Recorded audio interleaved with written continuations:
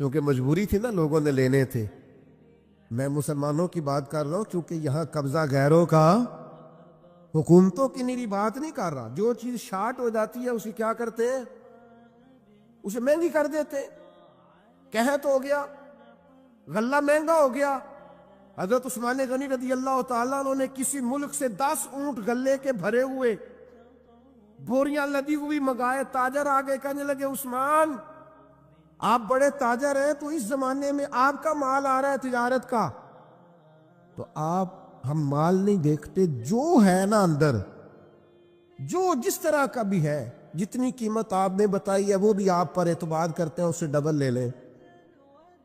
تو عثمان غنی فرمانے لگے میں نے سودا پہلے کر لیا. شانے تاجر تھے نا، اس طرح کی بھی تجارتیں ہوتی ہیں. فرمایا میں نے سودا کر لیا ہے، مجھے تو اس سے زیادہ ملتا ہے. ایک تاجر بولا، کرنے لگا چلو 3 گنا لے لیں. آپ نے فرمایا یار میں نے تمہیں بتایا تو ہے، میرا سودا ہو گیا، مجھے زیادہ ملا ہے. ایک نے کہا 4، ایک نے کہا 5. بالآخر کہنے لگے اس سے زیادہ تو کوئی دے ہی نہیں سکتا، ہم بھی جانتے ہیں سارے مکے کو، سارے مدینہ طیبہ کو، اتنا بڑا تاجر ہی کوئی نہیں، آپ کو کتنا مل رہا ہے؟ فرمایا 700 گنا. وہ کہنے لگے جی یہ سوال ہی نہیں پیدا ہوتا، آپ بندے تو بڑے سچے ہیں، پتہ نہیں آپ کیا کہہ رہے ہیں. اٹھ کے چلے گئے، مال آ گیا. حضرت عثمان غنی رضی اللہ تعالیٰ عنہ نے مدینہ شریف میں اعلان کرایا جس غریب کے پاس غلہ کوئی نہیں آ کے لے جائے. وہ تاجر پھر آئے کہ جناب سمجھ نہیں آئی، آپ تو کہتے تھے میں نے سودا کر لیا ہے. عثمان غنی فرمانے لگے دنیا دار ہو نا وہیں اڑے ہو، میں نے واقعی سودا کیا ہے، پر کیا اپنے رب کے ساتھ ہے. میرا مالک 700 گنا اجر دے گا، وعدہ ہے اس کا. اس کے بھوکے بندوں کو، غربا کو، مساکین کو، یتیموں اسیروں کو کھلاؤں گا تو 700 گنا. ساری تجارتیں بندوں سے نہیں ہوتی، کچھ تجارتیں رب سے بھی ہوتی. کچھ سودے ایسے ہیں جو اللہ کے ساتھ ہوتے، جو رسول کائنات کے ساتھ ہوتے، لہذا ہم نے سودا کر لیا ہے، تجارت ہو گئی. یہ بڑی قیمتی تجارت ہے. وہ تاجر کہنے لگے عثمان اللہ تمہارے ایمان میں اور مضبوطی پیدا فرمائے. کیا جب لوگ ریٹ بڑھا کے چیزیں بیچ سکتے ہیں، آپ نے فری کر دیے، فی سبیل اللہ کر دی. دوستو کچھ تجارتیں ایسی ہیں جو اللہ کے ساتھ بھی کرو، کچھ سودے ایسے ہیں جو قیامت کے لیے بھی بچا کے رکھو. کچھ چیزوں کا نہ آپ یقین کریں جہاں جس کا جو بھی تعلق ہے صرف دنیا کے لیے، صرف دنیا داری سیدھی کرتے ہیں. مرشد کے پاس ایک میں نے بات کرنی ہے، اور وہ میرے دوست بڑے مجھ سے پیار کرتے ہیں اور میں بھی بڑا ہی پیار کرتا ہوں. مسجد میں بیٹھا ہوں اور باوضو ہوں اور دیانتداری سے کہہ رہا ہوں مجھے اپنے سنگیوں سے بڑا ہی پیار ہے. لوگ کہتے ہیں پیر جھوٹے ہیں، جعلی ہیں. میرا کہنا یہ ہے کہ مرید بھی بڑے جعلی ہیں. وہ پیر صاحب سے آ کے کہتے ہیں میری دنیا داری نہیں چل رہی، کوئی دعا کر دے. دنیا داری سے پیر کا کیا تعلق؟ یہ تو نے جا کے مشورہ کسی تاجر سے کر لینا تھا، پیسے کیسے کمایا جاتا ہے. جعلی مریدی کرتے ہو، جس سے صرف اللہ رسول کے لیے رشتہ رکھنا چاہیے تھا اس سے دنیا داری کا رشتہ رکھتے ہو. اس سے وہ والا تعلق بناتے ہو جس سے تھوڑی دنیا چمکے، لوگوں کو پتہ چلے میرا تعلق ہے، میرا رابطہ ہے. حضرت سلطان باؤ رحمت اللہ نے رو کے کہنے لگے، کسی نے کہا تھا حضور بڑے مرید ہیں آپ کے، تو حضرت سلطان باؤ رو پڑے، فرمانے لگے رب دا طالب کوئی نہیں ملیا، اے جو ملے طالب زردہ ہو. یہ دنیا کے طالب ملے، دنیا کے. یہ یہاں بھی آتے ہیں نماز پڑھوں تو رزق میں برکت ہو جائے، نماز پڑھوں تو کاروبار چل جائے، اللہ اللہ کروں تو میرا فلانا کام ہو جائے، کوئی وظیفہ بتا دے مشکلیں حل ہو جائے. او یار وہ بھی تو وظیفہ پوچھنا جس سے اللہ راضی ہو جائے، وہ بھی تو وظیفہ پوچھنا جس سے حضور کی محبت نصیب. رب دا طالب کوئی نہ ملیا، جو ملیا طالب زرتا ہوں. سہ نفل نمازاں پڑھیاں، ظالم نفس نہ مردہ ہوں. بانج فقیروں کسے نہ ماریا، اے ہوئی چور اندر داؤ۔ خدا کے بندو، کس طرح کا تعلق، کس طرح کا لینا دینا؟ میرے حضور قبلہ عالم رحمت اللہ تعالیٰ علیہ فرمایا کرتے تھے، دوستو مجھے دنیا کا کام کوئی نہ بتانا، میں نے اپنے رب سے کہہ دیا ہے کہ ان کے دنیاوی مسئلے ویسے ہی حال رکھنا، انہیں مجھے کہنا ہی نہ پڑے۔ دنیا کے مسئلے نہ بتانا، مجھ سے اللہ رسول کی بات پوچھنا، کیونکہ میں چھوٹا سا طالب علم ہوں دین کا، میں تمہیں اللہ رسول کی بات بتانا چاہتا ہوں۔ کیا کریں؟ یہ والی تجارت کرو اللہ کے ساتھ، یہ والا رشتہ بناؤ۔ ایک خاص بات اور آپ سے کرنی ہے، ایک بہت بڑی تجارت، ذہنی تجارت بھی ہے۔ اللہ کی رحمت کی امید کبھی نہیں چھوڑنی۔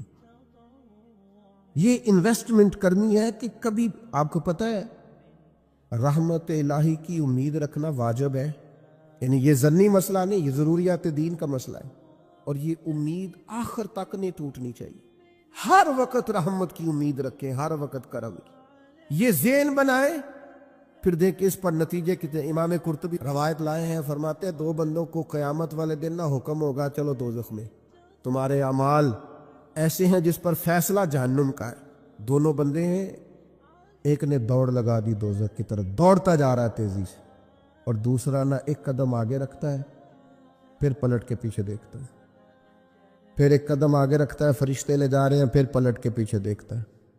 دوزخ کا دروازہ آ گیا، رب کریم کی آواز رحمت آئی، انہیں واپس بلاؤ نا، دونوں کو واپس بلایا۔ سارا کچھ جاننے والا رب پوچھتا ہے، وہ جو دوڑ کے گیا تھا اسے پوچھتا ہے دوڑ کے کیوں گیا تو؟ وہ کہتا ہے مالک زندگی میں تیری مانی کوئی نہیں، سوچا چلو آج ہی مان لوں۔ اللہ کی رحمت کو جوش آیا، فرمایا اسے تو بھیجو نا جنت میں۔ چلو اس وقت اس صحیح اطاعت کا جذبہ تو بیدار ہوا نا۔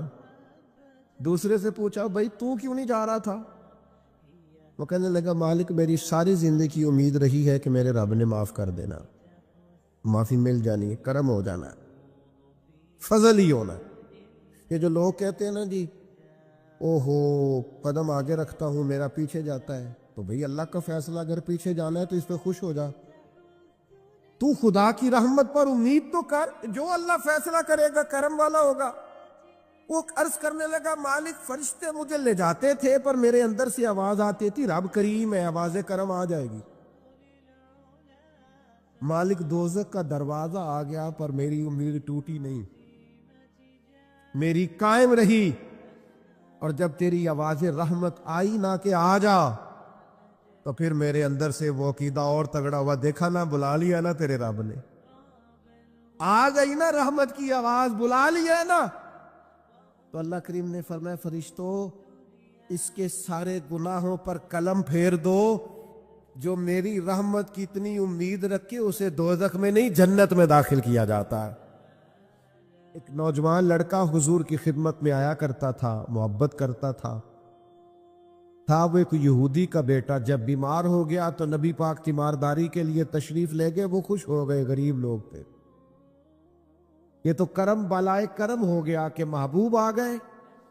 جب اس بچے کی آنکھوں میں محبوب نے اپنے لیے پیار دیکھا تو پتہ ہے سرکار نے مطالبہ کیا کیا؟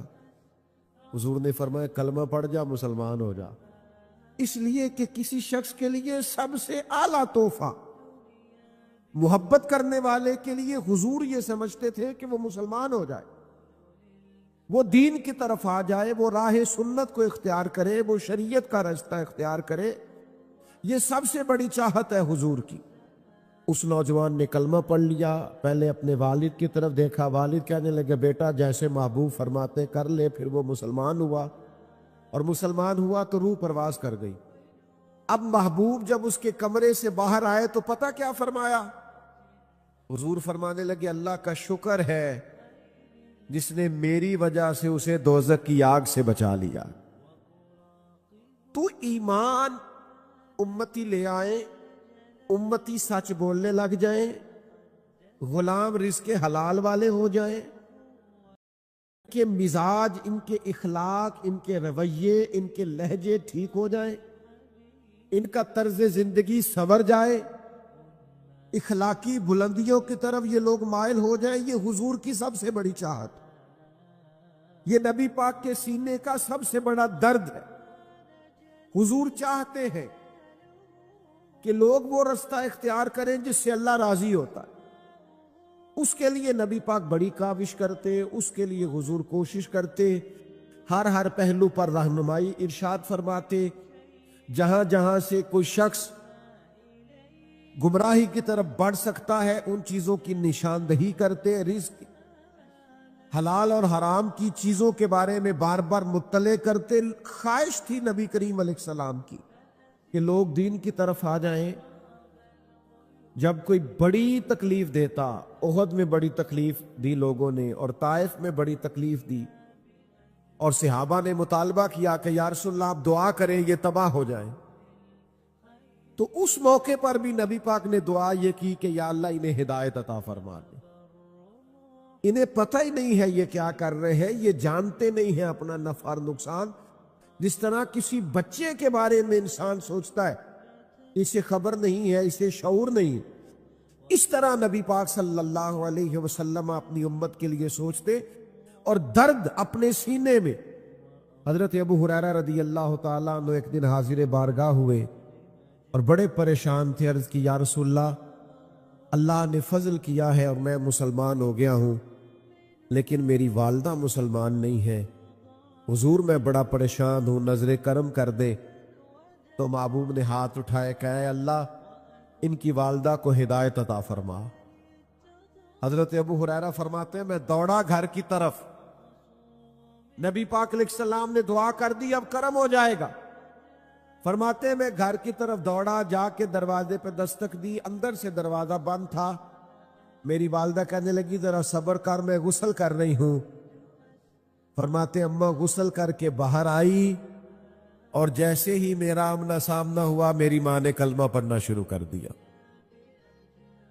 تو میرے عزیز، اخلاقیات کا سنور جانا، رویوں کا درست ہو جانا، لب و لہجے کے اندر حسن کا آ جانا، اخلاق کا نکھر جانا، یہ حضور چاہتے ہیں، نبی پاک کا مطالبہ ہے۔ تو یاد رکھیے گا جیسے جیسے امتی ہدایت کا رستہ اختیار کرتے، جیسے جیسے اخلاق کا رستہ اختیار کرتے، جیسے جیسے تقوی کا رستہ اختیار کرتے ہیں، ویسے ویسے نبی پاک راضی ہوتے، ویسے ویسے حضور علیہ السلام خوش ہوتے۔ دوسرا جو حضور کے سینہ نور میں بہت زیادہ درد تھا نا، وہ یہ تھا کہ میری امت پر احکامات آسان ہو۔ حضور نہیں چاہتے کہ امت پر سختی ہو، آزمائش ہو، آسان احکامات۔ حضرت سیدہ عائشہ صدیقہ رضی اللہ تعالی عنہ بیان فرماتی ہیں کہ اگر نبی پاک علیہ السلام کو اللہ کی طرف سے اختیار دیا جاتا نا کہ امت کے لیے یہ قبول کر لے یا یہ قبول کر لے، تو حضور وہ چیز قبول کیا کرتے تھے جو امت کے لیے آسان ہو۔ دیکھیں نا، چند دن حضور نے نماز تراویح پڑھائی اور پھر چھوڑ دی، فرمایا مستقل پڑھاتا رہا تو کہیں تم پر فرض نہ ہو جائے۔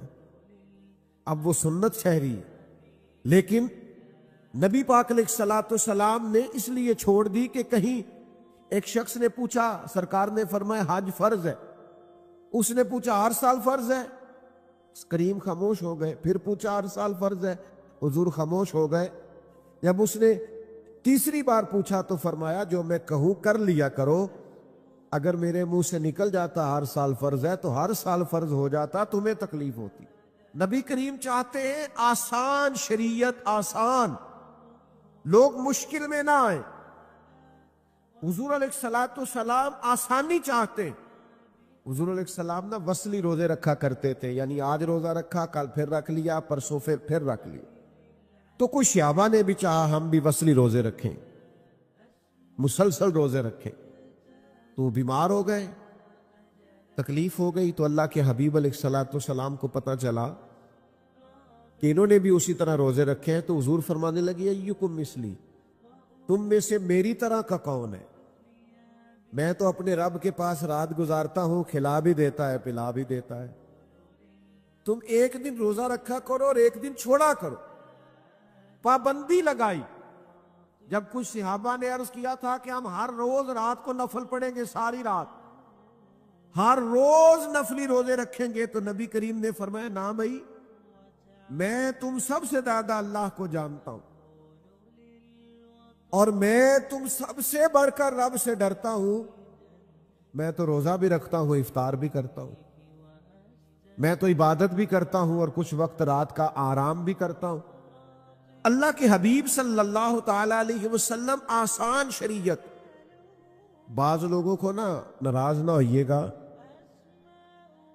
ان کو نا نیکی کا بخار بھی چڑھ جاتا ہے معاذ اللہ، وہ ذرا ذرا سی باتوں پہ ناپتے تولتے پھرتے ہیں، اس نے یہ کیوں نہیں کیا، اس نے یہ کیوں نہیں کیا، یہ بیٹھا کیوں نہیں ڈھب سے، کھڑا کیوں نہیں ہوا ڈھب سے، یہ دیکھیں یہ فلاں کام اس نے۔ بعض مستحبات پر بھی اتنا زور دیتے ہیں، اتنا زور دیتے ہیں۔ وہ خدا کے بندو، جب نبی پاک علیہ السلام نے کچھ چیزوں میں گنجائش دی ہے، جب سرکار نے بعض چیزوں میں امت کے لیے آسانی کی ہے، اور یہ حضور کے سینے کا درد ہے، یہ عزیز علیہ ما عنتم کی تفسیر ہے، تو پھر آپ بے جا سختی، بلا وجہ کی سختی، جو سختی شریعت میں نہیں ہے وہ سختی آپ کر رہے ہیں، اور اس کا نتیجہ ٹھیک نہیں نکلتا۔ بعض لوگ اتنا مشکل دین بیان کرتے ہیں، اتنا مشکل کہ وہ لوگ سمجھتے ہیں کہ یہ تو میرے بس کی بات ہی نہیں۔ یعنی میں نے بعض لوگوں کو دیکھا ہے کہ وہ ولی کی شان بھی اس طرح بیان کرتے ہیں کہ بس جی یہ ولی کر سکتا ہے، اس کے علاوہ کوئی نہیں کر سکتا، تو لوگ سمجھتے ہیں بھئی یہ تو بڑا مشکل کام ہے، کوئی داتا صاحب ہوگا تو یہ کام کرے گا، وہ خواجہ معین الدین ہی ہوں گے تو یہ کام کریں گے۔ وہ خدا کے بندو، وہی قرآن خواجہ صاحب پڑھتے ہیں، وہی آپ پڑھتے ہیں، وہی داتا صاحب پڑھتے ہیں، وہی آپ پڑھتے ہیں۔ نبوت کا دروازہ بند ہے، ولی تو قیامت تک ہو سکتے ہیں۔ تو ہم کیا کرتے ہیں کہ بعض چیزیں اتنی مشکل کر کے بیان کرتے، اور پھر ہمارے ہاں چونکہ کرامتوں کا بھی ایک سلسلہ چلتا ہے، تو وہ ایسی انوکھی انوکھی کر کے بیان کی جاتی ہیں کہ وہ ماوراء العقل چیزیں چلی جاتی۔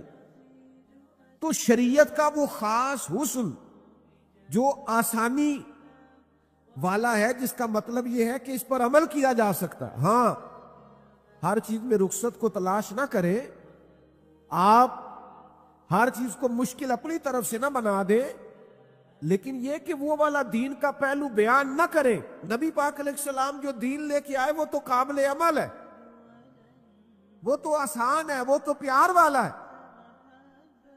اس کے تو انسان قریب چلا جاتا ہے، وہ تو جاذبیت والا ہے، اس کو تو جیسے جیسے بندہ پڑھتا جاتا ہے اسے لگتا ہے یہ تو پیارا ہی بڑا ہے، یہ تو دین حسین ہی بڑا ہے۔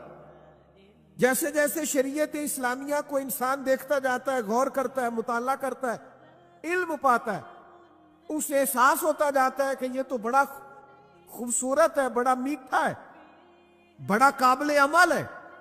ایک امام صاحب نا نماز پڑھاتے تھے لوگوں کو، یہ بخاری مسلم میں حدیث موجود ہے، نماز پڑھاتے تھے، لیکن بہت لمبی نماز پڑھاتے، بہت لمبی۔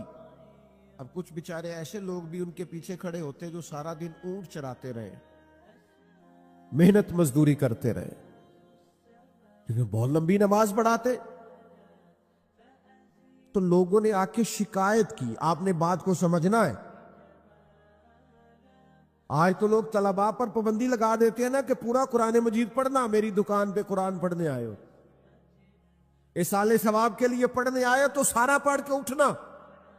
تو وہ بہت لمبی نماز پڑھاتے تھے۔ نبی پاک علیہ السلام کے حضور شکایت عرض کی گئی کہ یا رسول اللہ، ہم مزدور لوگ ہیں اور مزدوری کر کے آتے ہیں، اور یہ اتنی لمبی نماز پڑھاتے ہیں کہ وجود تھکتا ہے۔ نبی کریم علیہ السلام نے انہیں بلایا، اور صحیح حدیث میں موجود ہے کہ حضور ناراض ہوئے، اور ان لفظوں کے ساتھ ناراض ہوئے، فرمایا میں لوگوں کو دین کے قریب کرتا ہوں تو دور کرتا ہے۔ یعنی وہ پڑھا تو نماز ہی رہے تھے نا، سنا تو قرآن ہی رہے تھے، لیکن ہمارے ہاں بعض لوگوں نے دین اس طرح بیان کیا ہے، اور بعض لوگوں نے اس کا در زیادہ بعض مستحبات میں شدت کی ہے کہ لوگ پریشان ہو جاتے۔ تو حضور چاہتے ہیں کہ دین آسان، اس پر لوگ عمل کر سکے، اگرچہ یہ حضور ہی کا اختیار ہے، آج ہمارا نہیں۔ لیکن آپ کبھی غور کریں نا، ایک شخص نے آ کے کہا تھا یا رسول اللہ میں 2 ہی نمازیں پڑھوں گا، اگر آپ کہتے ہیں تو میں کلمہ پڑھ لوں، اگرچہ اختیار یہ صرف حضور کا ہے، یہ چھٹی آج نہیں کوئی دے سکتا۔ حضور میں 2 ہی پڑھوں گا، تو میرے کریم فرمانے لگے تو 2 ہی پڑھنا، کلمہ تو پڑھنا، آ تو صحیح نا، قبول تو کرنا۔ شارحین حدیث نے لکھا ہے یہ جس نے کہا تھا نا 2 پڑھوں گا، پھر بعد میں یہ تہجد بھی پڑھا کرتا تھا، لیکن اس کو